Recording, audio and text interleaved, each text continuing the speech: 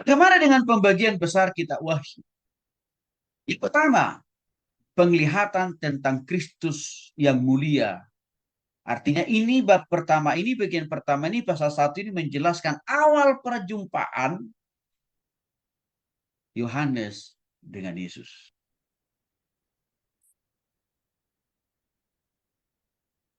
Di dalam Wahyu pasal 1 ayat 1 sampai 8 adalah pengantar tentang wahyu yang diberikan kepada Yohanes di Pulau Patmos. Lalu dilanjutkan dengan Wahyu pasal 1 ayat 9 sampai 20. Di mana Yohanes mendapatkan penglihatan yang begitu luar biasa. Ya, tentang Yesus saat itu. Di mana Yesus memegang 7 bintang. 7 bintang ini adalah analogi, saudara ya. Arti 7 bintang itu adalah para malaikat. Atau 7 bintang itu adalah simbolisasi dari utusan atau hamba Tuhan atau pendeta, kira-kira begitu. Ya. Lalu di sampingnya atau diantaranya berdiri 7 kaki dian emas. Nanti supaya Bapak Ibu bisa jelaskan kepada orang lain ya. Karena ada banyak simbolisasi di dalam kitab Wahyu. Sangat banyak. Bahkan menurut saya, dari sekian banyak kitab-kitab PL dan BB, simbol-simbol yang lebih banyak itu kita lihat, kita temukan di kitab Wahyu sebenarnya. Makanya kadang-kadang kalau orang tidak memahami arti dan makna secara alkitabiah, simbol-simbol di dalam kitab Wahyu, itu bisa disalah tafsir. Nah, maka untuk itu Bapak Ibu ini tolong diperhatikan. Nah, ada simbol yang berikutnya yaitu 7 kaki dian emas. Apa maksudnya ini? Ini adalah lambang 7 jemaat yang saya sebutkan tadi di awal. Kenapa 7 jemaat itu menjadi gambaran yang penting atau menjadi simbol yang penting di dalam kitab Wahyu itu? Karena 7 jemaat itu sebenarnya melambangkan kehidupan kita orang Kristen setiap zaman kok sebenarnya. Ya. Bagian yang kedua, khususnya pasal 2 dan 3. Spesifik bicara, spesifik menjelaskan tentang situasi dan keadaan kehidupan rohani 7 jemaat yang saya sudah sebutkan tadi namanya di atas.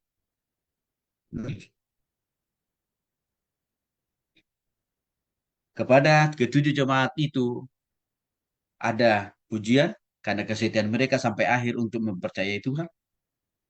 Tetapi ada juga teguran yang keras. Karena kadang-kadang mereka sangat rohani sekali, sangat bertumbuh sekali secara rohani, karakter, dan semua aspek, dan sangat dewasa. Tapi kadang-kadang waktu ada masalah, persoalan, dan pergumulan, terjadi degradasi iman. Artinya terjadi penurunan iman, kualitas iman mereka, dan loyalitas mereka untuk mengasihi dan melayani Tuhan. Sehingga Tuhan harus menegur mereka. Itu inti dari persoalan atau situasi dan keadaan yang terjadi di 7 jemaat yang di kitab yang ditulis di dalam kitab Wahyu. Nah, khususnya itu keadaan dan situasi yang dialami oleh jemaat di Efesus sebenarnya. Mereka awalnya tekun mempercayai Tuhan waktu mereka sudah sungguh-sungguh bertobat kepada Kristus. Rajin berdoa, semangat baca Alkitab, semangat mengasihi Tuhan, semangat melayani Tuhan. Tapi rupanya semangat itu lama-kelamaan pudar, saudara. Sehingga dikatakan, sehingga ditegur Tuhan mereka, ingat kasihmu yang mula-mula. Masa kasih yang mula-mula? Ingat waktu yang kau jatuh cinta pertama kali terhadap aku, kata Tuhan. Ini kan juga dialami oleh banyak orang Kristen, kita orang Kristen sebenarnya. Waktu kita sungguh-sungguh bertobat terima Yesus, wah luar biasa. Waktu kita lebih banyak mungkin kita pakai untuk berdoa, baca Alkitab. Itu waktu bertobat tuh. Tetapi setelah sekian lama kita berdoa, baca Alkitab, lama-kelamaan mulai muncul virus kemalasan.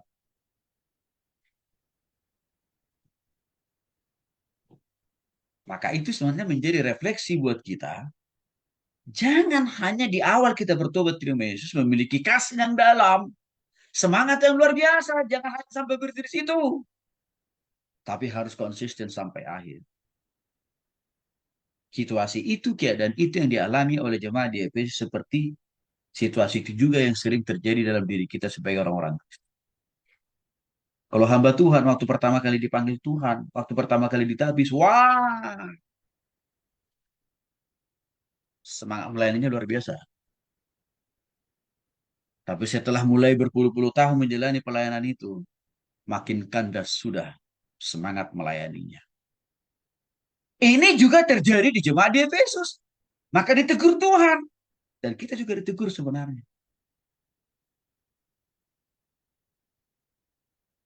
Jemaat yang kedua, Smyrna, Wahyu pasal 2 ayat 8 sampai 9. Apa masalah dan persoalan yang dialami oleh jemaat ini?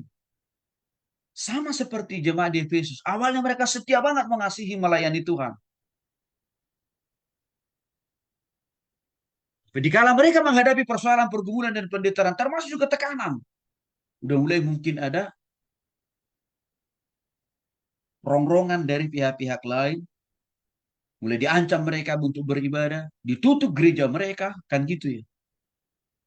Mulai pudar semangat mereka untuk melayani Tuhan dan mengasihi Tuhan. Ini juga banyak terjadi di kalangan orang-orang Kristen kan saudara. Waktu kita baru diberkati oleh Tuhan. Wah puji Tuhan haleluya. Tiap hari yang keluar dari mulut kita, puji Tuhan, haleluya, puji Tuhan, haleluya, puji Tuhan, haleluya, praise the Lord.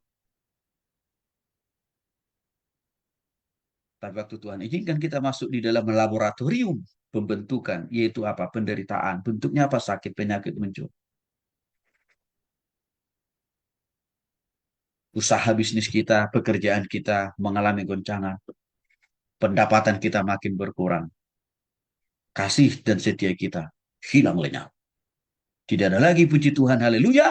Tapi yang ada, puji Tuhan, haleluya. Tuh.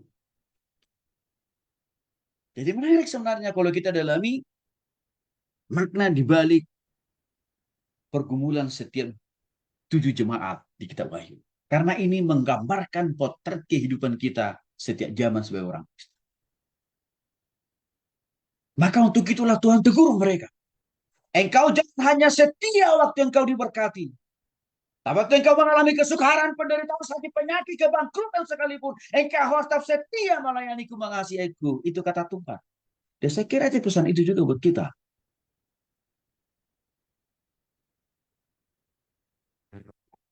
Jemaat yang ketiga yaitu jemaat Pergamus. Bukan jemaat Pergamus ya. Pergamus. Wahyu pasal 2 ayat 12 sampai 17. Mereka dipuji karena sangat teguh mempercayai Tuhan. Tuhannya. Itu bertobat. Itu lahir baru. Wah, hati mereka mengasihi Tuhan luar biasa.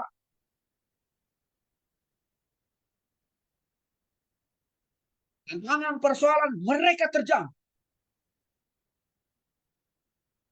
Tapi sayang, gak lama kemudian jemaat ini jatuh di dalam apa? Pengaruh ajaran sesat. Ini persis seperti kekristenan zaman sekarang juga.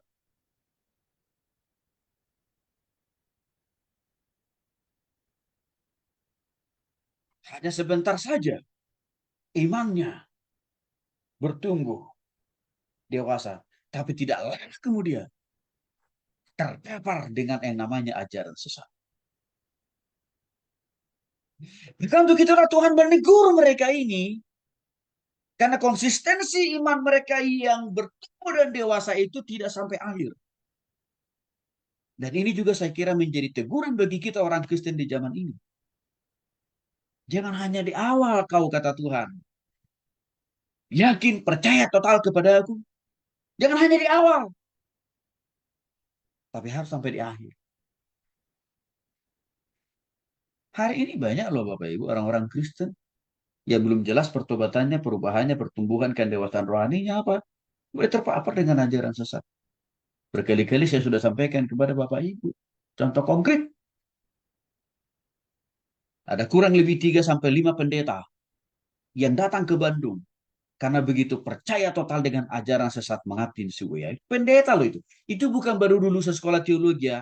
Bukan, itu yang sudah puluhan tahun, 20 tahun ke atas itu mereka melayani Tuhan. Tapi mereka masih percaya loh Bapak. Itu ukuran pendeta itu. lulusan sekolah teologi yang sudah punya jam terbang pelayanan lama sekali. Tapi masih bisa terpapar dengan ajaran sesat. Itu sudah diingatkan oleh Tuhan. Ribuan tahun yang lalu lebih lewat kitab Wahyu khususnya kepada jemaat di Pergamus. Tapi kita lupa untuk bercermin, untuk belajar.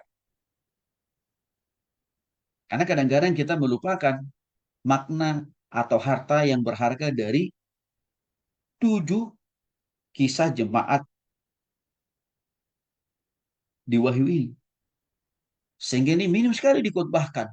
Minim diajarkan, minim dibongkar apa arti dan makna dan relevansinya buat orang Kristen zaman sekarang. Paling-paling kalau kita baca kitab Wahyu yang paling kita sasar apa? Wah, keadaan di surga. Ah, langsung ke situ larinya. Tapi persiapan kita untuk menyongsong surga itu kita nggak pernah baca.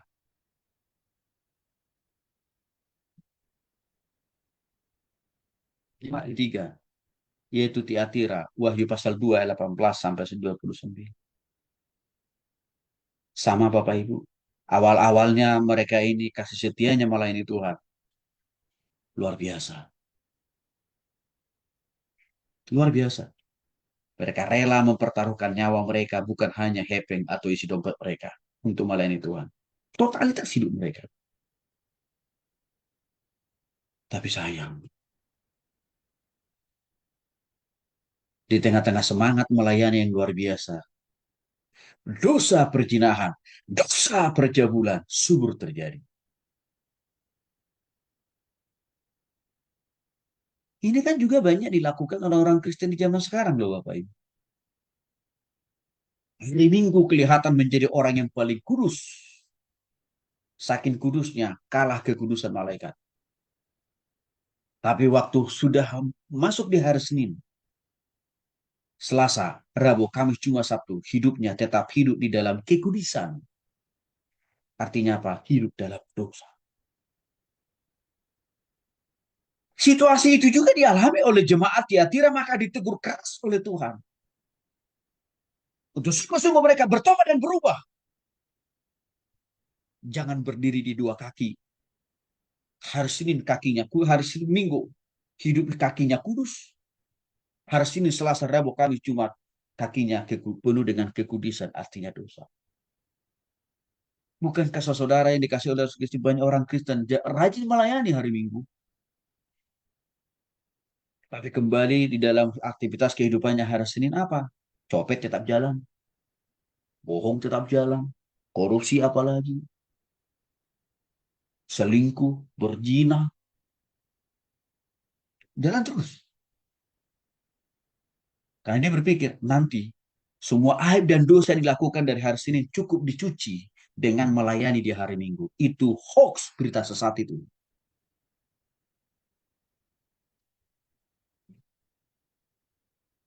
Yang menarik, jemaat Tiatira ini juga bukan hanya sekedar mereka sibuk di dalam percabulan di samping sibuk melayani Tuhan.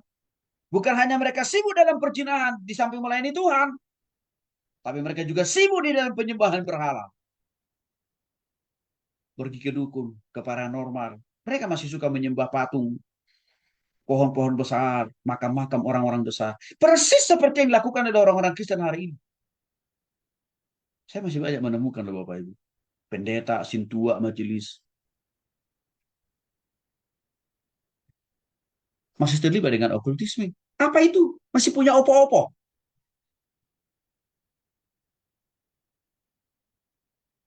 Gitu. Jadi hari Jumat, hari Minggu dia hamba Tuhan tuh. Pelayan Tuhan. Tapi Senin, Selasa, Rabu, Kamis, Jumat. Jadi datu dia. Jadi paranormal dia. Dukun dia. Hari Minggu dia berdoa sama Tuhan. Tapi Senin, Selasa, Rabu, Kamis, Jumat, Sabtu. Berduanya sama si bego. Si setan atau si bulis Bapak Ibu. Ini kan dialami, dilakukan oleh banyak orang Kristen di zaman ini Bapak Ibu. Maka saya sebelum menjadi hamba Tuhan tahun 2009 Bapak Ibu. Saya sebelum jadi hamba Tuhan. Belum taken kontrak dengan Tuhan tahun 99. Di tahun 94. Saya masih mahasiswa S1. Salah satu bukti konkret saya sudah sungguh-sungguh bertobat kepada Tuhan adalah Saya langsung putuskan total. Tidak pernah ada lagi keterikatan dengan urusan okultisme. Karena dulu pernah orang tua saya, biasalah orang-orang tua dulu kan Bapak Ibu. Kalau anaknya mau merantau itu dikasih biasanya pegangan lah, pengaman. Nah, jadi orang tua saya waktu itu mereka kasih saya pengaman. Katanya pengaman ini penting untuk menjaga kamu dimanapun dalam situasi apapun, sehingga tidak ada orang yang bisa menjahati kamu kira-kira begitu. Tapi waktu itu saya nggak percaya karena terbukti apa? Saya sampai di Jakarta di terminal Pulau Gadung, wah saya juga takut. Kenapa? Wah karena banyak orang saya nggak kenal di sana, kan kira-kira begitu. Jadi terbukti pegangan itu gak ada guna juga. Maka waktu saya sudah bertobat tidak secara pribadi, itu langsung saya buang, saya kubur dalam-dalam. Karena saya mau clear and clean di hadapan Tuhan untuk jadi hambanya. Ini penting loh Bapak Ibu. Kalau kita ambil keputusan percaya kepada Yesus harus total. Kita mempercayai dia. Nggak boleh mempercayai hal-hal yang lain termasuk opo-opo ataupun juga jimat-jimat. Nggak boleh. Apalagi jadi hamba Tuhan. Sudah harus clear and clean kita dari semua itu. Kalau enggak, Tuhan tidak akan pernah berkati kita. Tuhan tidak akan pernah pakai kita dengan luar biasa. Karena situasi itu waktu itu jemaat di Tiatira masih sibuk melakukan itu loh Bapak Ibu.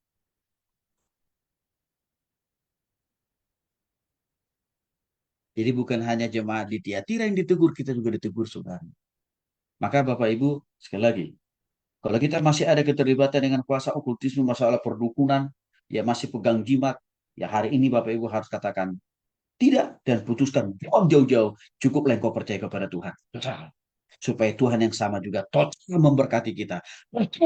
Kita bukan kuasa mujizat pertolongannya bagi Bapak Ibu dan saya. Jemaat yang berikutnya adalah jemaat Sardis. Wahyu pasal 3 ayat 1 sampai 6. Mereka juga ditegur karena mereka masih hidup di dalam kemunafikan.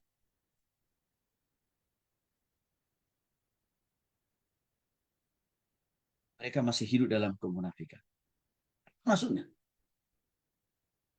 mereka dihafal banyak isi Alkitab, tapi nggak ada satupun yang dihidupi atau yang dipraktekin. Kalau di hari Minggu mereka ini, kalau hari Minggu mereka beribadah pakai jas, pakai blazer, Bapak Ibu, pakai dasi, pakai toga pula. Kelihatan rohani. Dan itu kembali ke dalam kehidupan yang nyata. Kembali lagi kepada lagu yang lama. Aku masih seperti yang dulu. Munafik. Dan hidupnya tidak sama di hari Minggu dengan di hari Senin, Selasa, Rabu, Kamis, Jumat, Sabtu. Ini kan juga gambaran kehidupan orang Kristen di zaman sekarang, Bapak Ibu.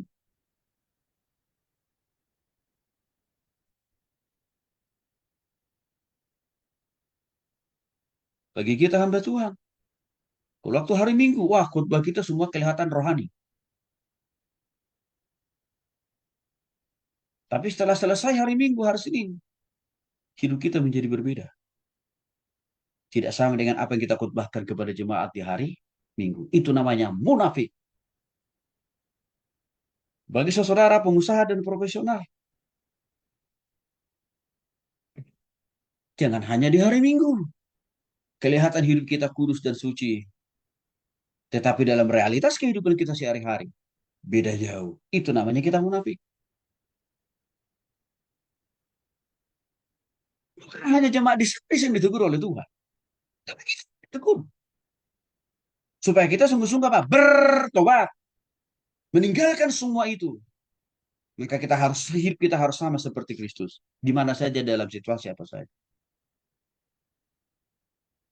Ini perlu kita maknai Bapak Ibu.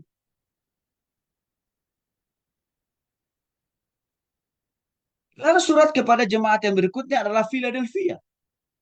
Wahyu pasal 3 ayat 7 sampai 18. Mereka dipuji awalnya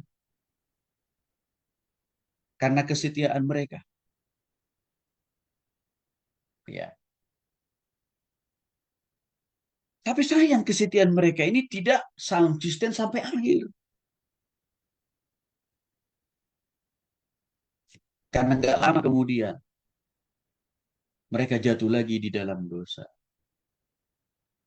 Mulai malas berdoa, malas baca Alkitab, malas melayani Tuhan, malas hidup di dalam kebenaran. Itu juga ditegur oleh Tuhan. Yang sama, keadaan seperti ini juga terjadi dalam kehidupan orang Kristen masa kini seperti di jemaat Philadelphia. Awalnya setia, tapi akhirnya tidak setia. Lalu bagaimana dengan jemaat yang terakhir yaitu Laodikia? Wahyu pasal 3 ayat 14 sampai 22. Mereka juga ditegur keras karena mereka suam-suam kuku. Apa maksudnya suam-suam kuku? Nggak jelas, nggak punya pendirian yang menetap. Kanan kiri oke. Artinya apa? Kalau diajak berdosa oke, mau. Kalau diajak hidup benar mau. Jadi nggak punya pendirian. Orang Kristen zaman sekarang juga banyak begitu kok.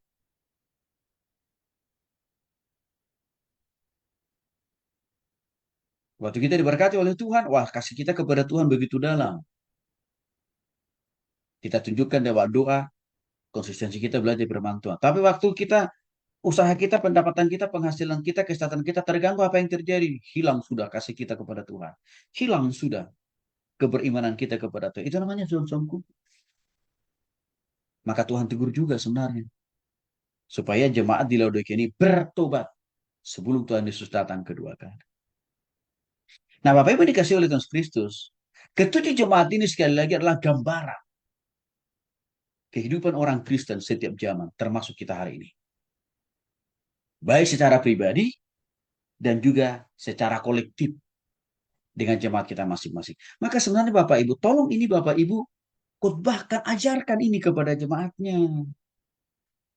Karena pasti dari kisah tujuh jemaat ini, pasti minimal ada satu situasi dan keadaan kehidupan rohani jemaat kita itu sama persis dari kisah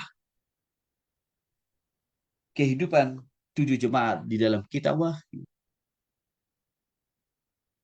Supaya kita bisa belajar, bisa mengevaluasi diri, memperbaiki diri sebelum Tuhan Yesus datang. Karena kalau Tuhan Yesus datang, nggak ada waktu lagi kita untuk mengatakan Tuhan punten, punten, punten, punten. Tolong Tuhan, satabi Tuhan, berikan saya waktu untuk bertobat dan berubah. No, no. Tuhan datang yang terakhir.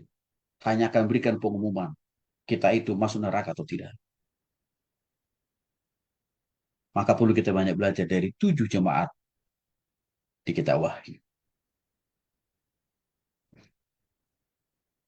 Bagian yang ketiga, pasal 4 sampai dengan 22. Ini banyak menjelaskan tentang penglihatan atau situasi di surga nanti. Awalnya di pasal 4 sampai 7 dijelaskan persiapan apa yang harus kita lakukan.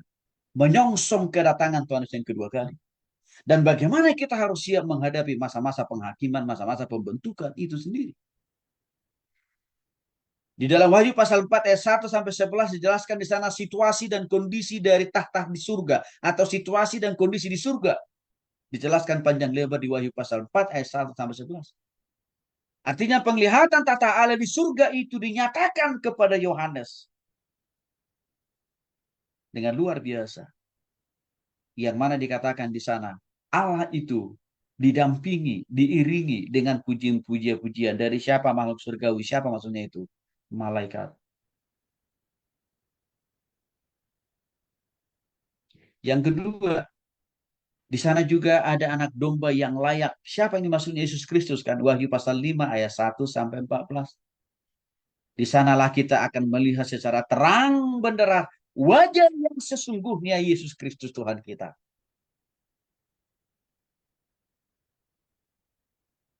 Dan dia akan memanggil, dia akan menyebut setiap nama-nama kita yang sudah termaterai di dalam kitabnya. Artinya apa? Bagi orang yang sungguh-sungguh bertobat terima Yesus dan setia sampai akhir, pasti tidak akan luput dari panggilan Tuhan di surga. Bagian berikutnya, Tujuh materai dibuka. Wahyu pasal 6 ayat 1 sampai 17. Artinya apa? Anak domba. Yesus Kristus maksudnya. Membuka enam materai yang melambangkan penghakiman. Berarti ini bicara tentang hukuman bagi orang-orang yang selalu ngeyel, ngeyel, ngeyel, tidak mau sungguh-sungguh bertobat dan berubah selagi dia dikasih kesempatan hidup di dunia ini. Maka Tuhan akan bukakan penghakiman pertama jenisnya ini, penghakiman kedua ini, ketiga ini, keempat ini. Lalu muncul angka 1.144.000. Nah, ini penting Bapak Ibu. Ayat ini saya sering ditanya. Silakan Bapak Ibu boleh dilihat dulu Alkitabnya ya. Wahyu pasal yang ke-7 ayat 1 sampai dengan 17. Karena sering ayat ini dipahami secara parsial bahkan menurut saya keliru. Ya, beberapa orang yang bertanya ke saya itu pemahamannya saya ya karena keliru ya. Mereka bertanya begini ke saya. Antoni, kan kita Wahyu sudah mencatat hanya 144.000 orang saja yang pasti masuk surga. Kan gitu. Nah, lalu gimana Pak dengan kita?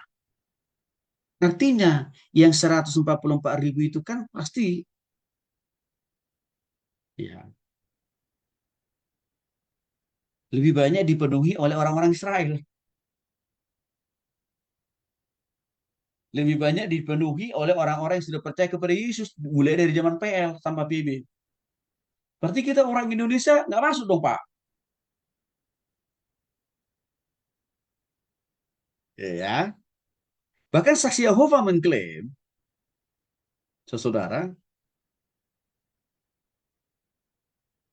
pengikutnya sudah tercatat namanya di dalam angka yang 144.000 itu. Seluruh pengikut saksi Yehova. Maka untuk itu mereka katakan, kalau tidak masuk menjadi bagian pengikut dari saksi Yehova, ya mereka bilang tidak masuk surga. Ya, oke, saya akan baca buat kita, tapi tolong Bapak Ibu baca juga Alkitabnya ya. Lihat, lihat Alkitabnya. Wahyu pasal 7. Supaya Bapak Ibu bisa menjelaskan kepada orang lain. Dan aku mendengar jumlah mereka yang dimateraikan, yang sudah pasti masuk surga. Nama-nama mereka sudah dicatat di surga oleh Tuhan. 100, saya mulai dari ayat 4. 144.000. Ya, 144.000 yang telah dimateraikan. Dari semua suku Israel. Nah, nanti tolong saudara perhatikan suku saudara-saudara masuk nggak? Kalau nggak disebut di sini, ya maaf Bapak Ibu, berarti saudara nggak masuk. Saya baca 5. Ya, yang 144.000 itu dari suku mana saja ya? Mereka-mereka itu. Dari suku Yehuda 12.000 yang dimateraikan. Oke. Dari suku Ruben 12.000. Dari suku Gad 12.000. Dari suku Asher 12.000. Dari suku Naftali 12.000. Dari suku Manasye 12.000. Dari suku Simeon 12.000. Dari suku Lewi 12.000. Dari suku Isakar 12.000. Dari suku Zebulon 12.000. Dari suku Yusuf 12.000. Dan yang terakhir dari suku Benyamin 12.000. Ada disebut nggak suku Bapak Ibu?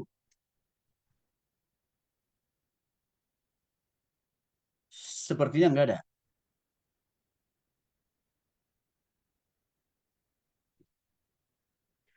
Apalagi orang Batak. Nggak ada juga kok.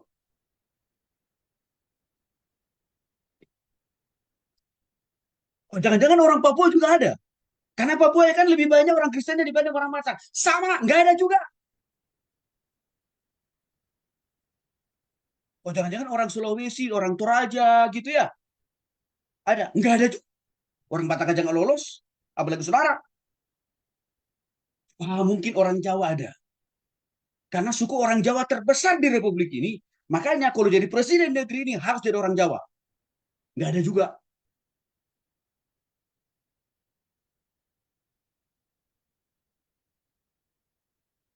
Berarti apakah kita sia-sia beriman kepada Tuhan? Coba berenungkan itu.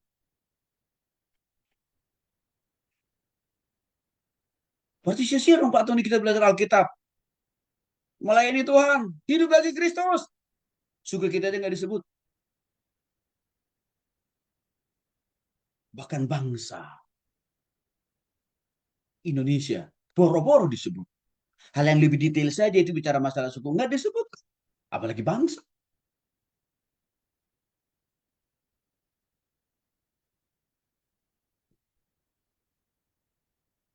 Berarti gimana? Berarti kita saudara kan loh. Sia-sia dong kita beriman kepada Tuhan. Sia-sia dong kasih setia kita dalam mengasihi dan melayani Tuhan. Sekian puluh tahun ini sia-sia dong.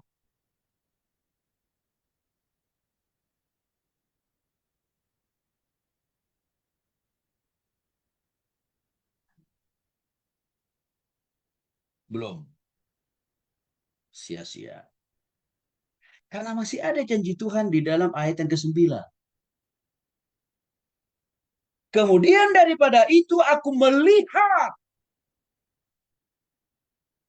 Yohanes diperlihatkan Tuhan. Ada suku-suku lain, ada bangsa-bangsa lain di luar daripada suku-suku tadi, suku-suku di atas tadi. Yohanes melihat sesungguhnya satu kumpulan besar orang banyak yang tidak dapat dihitung banyaknya dari segala suku dan bangsa, dari segala kaum dan bahasa, berdiri di hadapan kita dan di hadapan anak domba, memakai jubah putih dan memegang daun-daun palem di tangan mereka. Ini kabar baiknya. Walaupun di atas tidak disebutkan secara detail, secara spesifik, ada suku Batak, suku Jawa, suku Sunda, ya apalagi di Papua banyak sukunya. Sulawesi, dan lain sebagainya. Memang nggak disebut. Tetapi Yohanes melihat dengan jelas dalam penglihatan yang diberikan Tuhan waktu itu. Ada jumlah orang yang jauh lebih banyak, yang jauh lebih besar jumlahnya. Dibanding daripada ke-12 suku-suku di atas tadi. Mereka itu berasal dan saking banyaknya tidak terhitung dikatakan unlimited jumlah mereka. Dan mereka itu dari segala bangsa, segala bangsa. Artinya apa? Berarti ada juga dari bangsa Indonesia yang selamat masuk surga. Bahkan juga dari suku lagi disebut di sini. Walaupun tidak detail. Oh, berarti ada peluang, ada potensi juga suku Jawa, Batak, Sunda, ya, Sulawesi, Papua masuk surga kok. Ada kok potensi, bahkan ada peluang. Dan itu dilihat oleh Yohanes kok. Termasuk juga dari mereka yang memiliki bahasa daerah. Artinya dialek kan ini. Yohanes diperlihatkan Tuhan. Posisi mereka ada di surga nanti. Berdiri di hadapan tahta, di hadapan anak domba, artinya di hadapan Yesus. Dan kita akan memakai jubah putih dan memegang daun palem sebagai ungkapan syukur dan puji karena kita sudah masuk surga.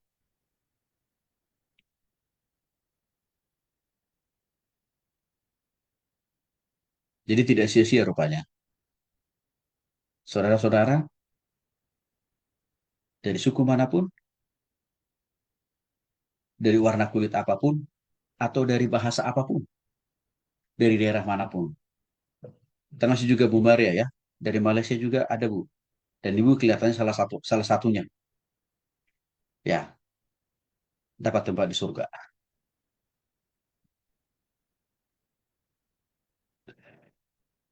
Maka ini berita baik, kabar baik buat kita. Walaupun hari ini Tuhan masih bilang, engkau masih saya pakai dulu di bumi ya. Maka gunakan sisa hidup dengan efektif dan produktif. Mengasihiku, melayaniku. Tapi ada kursi, tapi namamu sebenarnya sudah saya catat.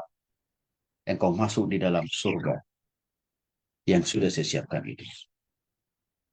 Saya kira ini kabar baik yang perlu kita maknai, yang perlu kita syukuri. Maka mari kita pergunakan hidup yang masih sisa ini untuk sungguh-sungguh hidup bagi Kristus. Lalu di pasal 8 sampai 11 ada 7 sangkakala. Ini simbolisasi juga. Di mana dalam hal ini ada pembukaan materai ketujuh dan 7 sangkakala. Apa artinya? 7 materai dan 7 sangkakala. Wahyu pasal 8 ayat 1 sampai 13. Artinya materai ketujuh dibuka, diikuti peniupan 4 sangkakala pertama yang membawa bencana di bumi. Nah, hari-hari ini ada beberapa gereja yang saya lihat sih, menurut saya sih memang konsep pemahaman teologianya salah ya. Ada beberapa gereja yang saya tahu hari-hari ini kalau tiap minggu mereka senang membunyikan sangkakala. Jadi itu semacam trompet yang besar gitu. Nah mungkin mereka sudah kangen sekali ingin masuk surga kelihatannya. Tapi itu sia-sia kalau tidak ada pertobatan dan perubahan dalam diri jemaatnya. Kalau hanya semangat untuk menyembunyikan sangkakala itu tiap minggu, tapi tidak ada dorongan pertobatan, perubahan, pertumbuhan di jemaat, sia-sia juga itu sangkakala itu. Maka saya kadang-kadang aneh berjuga, saya kadang pikir, aneh ya kekristenan zaman sekarang ya. Yang diubah, yang diburu itu hal-hal yang bersifat simbolik. Tapi hal-hal yang bersifat krusial, mendasar itu pertobatan, kelahiran baru, nggak disinggung.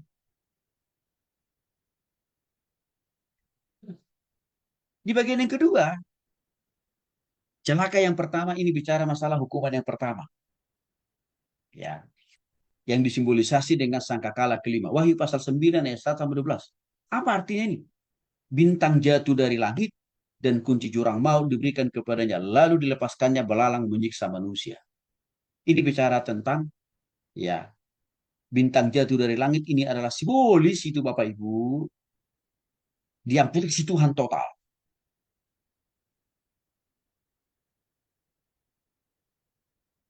Ya, kuasanya dipreteli Tuhan.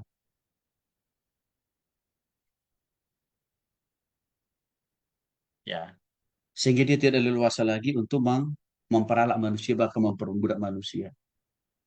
Tapi sekarang situasinya iblis itu masih punya keleluasaan mengganggu, memperbudak, memperalat manusia untuk melakukan apa yang dia suka.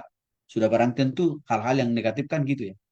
Tapi Bapak Ibu satu saat atau yang sudah yang kedua kali semua pekerjaan simbolis dari manusia pasti akan dihancurkan karena simbolis sebagai aktor intelektual sudah dihukum di neraka total bersama dengan orang yang tidak mau bertobat. Yang berikutnya celaka yang kedua yang digambarkan sangkakala yang keenam sebagai simbolisasinya.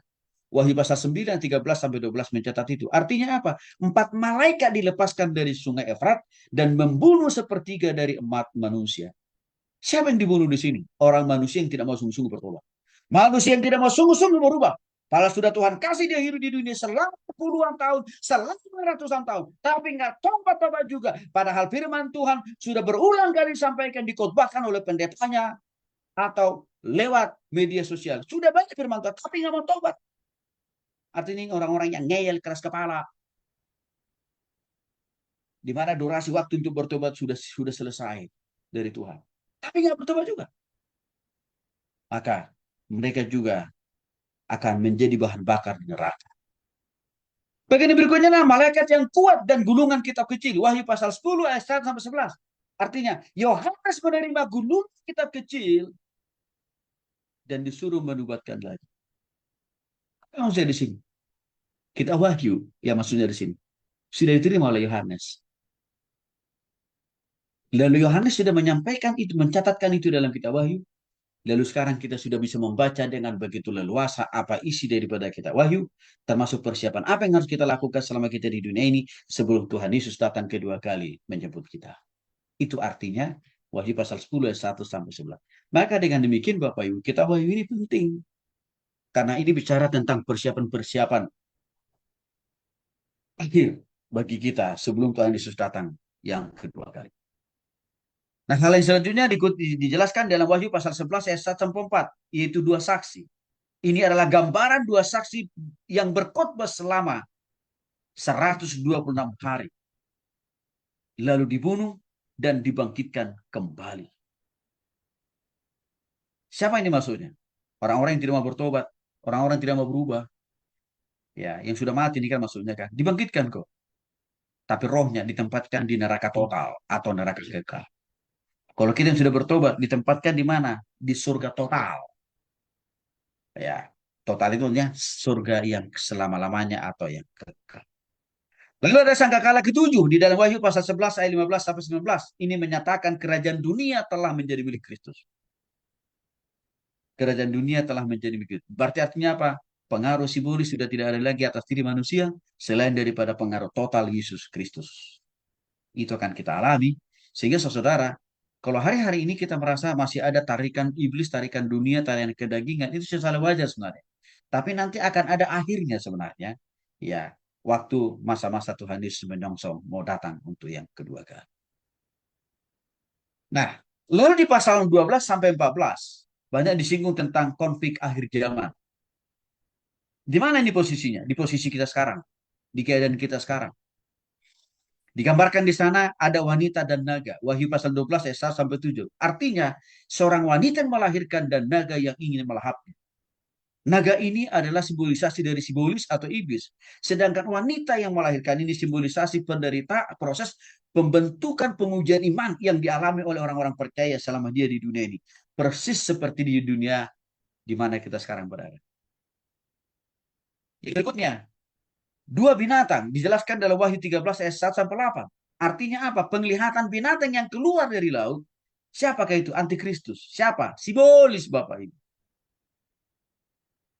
Dan termasuk pengikut daripada simbolis. Siapa? Orang-orang belum bertobat.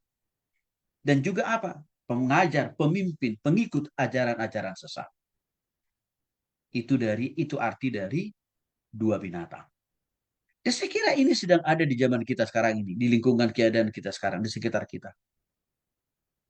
Di sisi lain, ya kita didorong untuk terus mengasihi, mempercayai Tuhan dan setia. Tapi sisi lain, pengajaran sesat itu makin masif sekarang. Maka saya katakan berkali-kali, saudara, ya suburnya pengajaran sesat hari-hari ini bukan hal yang baru sebenarnya. Itu bagian daripada penggenapan Alkitab. Yang memang itu harus terjadi. Bagi kita yang percaya, itu seleksi iman. Ya, bagi orang yang pengikut ajaran sesat itu, kesempatan saja bagi mereka bertobat atau tidak. Tapi kalau enggak, sudah Tuhan kasih batas waktu. Engkau pasti akan dihakimi. Jadi bagian berikutnya, anak domba di Gunung Sion. Wahyu pasal 14 ayat 1 sampai 20. Artinya apa? Penglihatan Yesus yang berjumlah ya 144.000 tadi di Gunung Sion. Diikuti panen dan pemerasan anggur murka Allah. Artinya proses pengujian. Bagi kita orang-orang percaya, bukan hanya yang berjumlah 144.000 ya, tapi juga kita. Ya, orang-orang percaya di dalam ayat 9. Sudah tidak lagi proses pembentukan kalau kita sudah ada di surga. Tapi selagi kita ada di dunia ini, Bapak Ibu, proses pemerasan. Pemerasan itu artinya ya pemurnian iman, pendewasaan iman masih bisa kita alami kok. Maka Bapak Ibu begini, saya sering kali waktu saya menghadapi persoalan pergumulan tantangan, saya sering sekali membawa itu dalam perspektif iman. Artinya, saya selalu melihat, ini kan proses pengujian iman kok buat saya. Karena nanti di surga nggak ada lagi proses pengujian iman, nggak ada lagi pendewasaan iman, nggak ada lagi kesempurnaan iman, juga tidak ada lagi kesempurnaan totalitas hidup di surga. Maka untuk itulah, selagi kita hidup di bumi ini, Tuhan masih berikan soal-soal proses pengujian iman dan kedewasaan iman. Lewat apa? Tantangan, persoalan, dan pergumulan. Maka dengan demikian, jangan kita cepat tawar hati. Dikala pemrosesan atau pengujian iman itu, Tuhan izinkan kita alami. Lalu bagian yang keempat, 7 cawan murka Allah. Di pasal 15 dan 18 menjelaskan akan hal itu. Dalam konteks ini dijelaskan ada 7 malaikat dengan 7 cawan. Wahyu pasal 15 ayat 1 sampai 8. Apa artinya? 7 malaikat itu siap menuangkan 7 cawan yang berisi murka dan hukuman Allah. Jadi memang Tuhan akan suruh malaikat-malaikat yang dilambangkan dengan 7 di sini Bapak Ibu. Ya, untuk menyatakan hukumannya kepada orang-orang yang tidak mau bertobat alias mereka yang masih ngeyel terus. di dalam dosa. Nah, cawan murka, Wahyu pasal 16 ayat 1 sampai 12. Artinya menuangkan 7 cawan yang membawa tulah. Oke, membawa tulah. Saya sering ditanya, Pak Tony, badai COVID-19 kemarin itu apakah dapat kita katakan itu bagian daripada tulah? Bisa, bisa.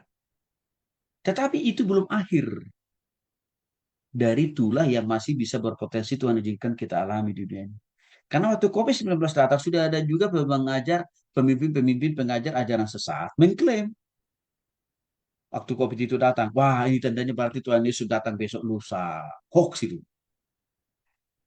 Tulah itu ya, kalau tulah yang menyangkut hubungannya detik-detik menanti kedatangan Tuhan Yesus yang kedua kali, Bapak Ibu, itu berlaku secara masif.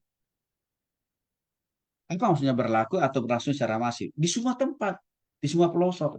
Dan itu jangka waktunya tidak hanya beberapa tahun, tapi bertahun-tahun. Nah, kalau kemarin COVID itu kan hanya 2019, 20, ya terdampak sedikit ke 2021. Ya kurang lebih 2,5 tahun. Artinya kalau dilihat dari sudut kurun waktunya masih terlalu singkat. Maka waktu itu waktu banyak orang mulai mengklaim Tuhan Yesus pasti akan datang. Saya pikir ini makin sesat pula ini orang ini. Karena nggak paham kitab Wahyu. Ya. Nah, ada lagi hukuman atas Babel. Wahyu pasal 17 ayat 1 sampai 18 dan juga ayat 24. Ya. Artinya penglihatan hukuman atas Babel besar yang melambangkan kekuasaan dunia yang menetap. Bapak Ibu, peristiwa ya pemusnahan Menara Babel ya itu adalah di latar belakangi karena manusia itu mau menyombongkan dirinya di hadapan Tuhan, bahkan mau menyamai dirinya di hadapan Tuhan. Maka Tuhan kacaukan bahasa mereka pada saat itu, maka setelah itu ditindaklanjuti dengan hancurnya ya Menara Babel itu. Itu adalah sudah bagian daripada hukuman-hukuman Tuhan yang sebenarnya sudah berlangsung ribuan tahun yang lalu. Maka kita harus peka melihat itu. Teguran Tuhan, hukuman Tuhan, koreksi Tuhan itu sudah berlangsung sebenarnya dari ribuan tahun yang lalu. Maka untuk itu sebenarnya manusia atau kita sekarang harus lebih peka melihat semua tanda-tanda itu untuk sesegera mungkin bertobat. Bagi kita yang sudah bertobat, apalagi kembali kepada 7 jemaat di Wahyu tadi. Kita harus makin lebih setia Bapak Ibu. Kita makin bertumbuh, kita harus makin dewasa, kita harus makin sempurna di hadapan Tuhan. Baik, di bagian yang kelima, pasal 19 ayat 20 bicara tentang kemenangan Kristus dan penghakiman. Di sini kita diberikan pemahaman tentang pernikahan anak domba. Wahyu pasal 19 ayat 1 sampai 10. Artinya, sorak-sorai di surga atas kehancuran Babel dan perjamuan pernikahan anak domba. Pernikahan anak domba di sini Bapak Ibu bukan pernikahan fisik ya. Doni Setan dan teman-temannya memaknai ini. Sama orang Kristen juga nanti akan mendapatkan, laki-laki mendapatkan banyak istri kok di surga. Yang perempuan mendapatkan banyak perhiasan dan juga banyak suami. Bukan itu maksudnya pernikahan anak domba. Pernikahan anak domba artinya apa? Kita hidup bersama-sama di surga itu Bapak Ibu.